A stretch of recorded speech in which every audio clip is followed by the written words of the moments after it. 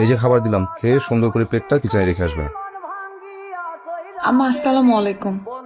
ওয়ালাইকুম আসসালাম। আসেন আসেন, সামনে আসেন। জি, এই ডাস্টবিনটা ডাস্টবিন খুঁজতেছেন? এই যে ডাস্টবিন, আমি পৃথিবীর সবচেয়ে বড় ডাস্টবিন। আমি কি ফেলবেন?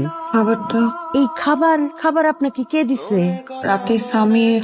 ওমা গো, সামির আপনাকে নিয়ে খাবার দিছে?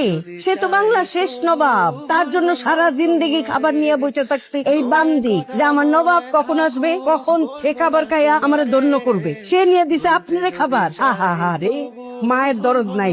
এই মেয়ে, তোমার নাম কি? জি মেহেরিন। আচ্ছা, তুমি কি জানো তোমার স্বামী যাকে বিয়ে করছো তার পকেটে কয় টাকা আছে, কি তার ইনকাম?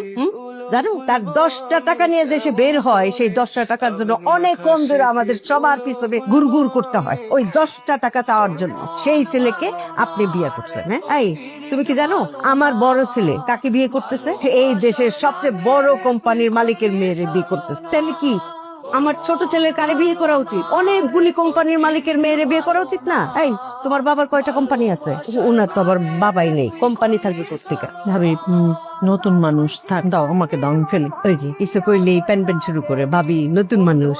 থাক। এই যে ফাতিমা, আমরা তো মধ্যবিত্ত পরিবার, তাই না? দাসী বান্ধে এই সংসারে নাই। নাও কাজ করাও, নতুন মানুষ পুরান বানাও। ভাবির কথা কিছু মনে করো না, আসলে ফাহাদ হুট করেই শ্বশুর বাড়িতে চলে গেছে তো, সামিরও না বলে বিয়ে করে ফেলেছে। বুঝোই তো মা, সে তো একটু আপসেট হবে, তাই না? কঠিন করে কথা বলে ঠিকই, মনটা কিন্তু খুব নরম। না অসুবিধা নেই, এটা তো খুব স্বাভাবিক। আমি কিছু মনে করিনি। আমি রুটি বেলি। কোনো কিছু করতে না আমি পারবো। দাঁড়াও দাঁড়াও, শোনো, তুমি নতুন মানুষ, তুমি কয়েকদিন পরে করো, আমি করছি।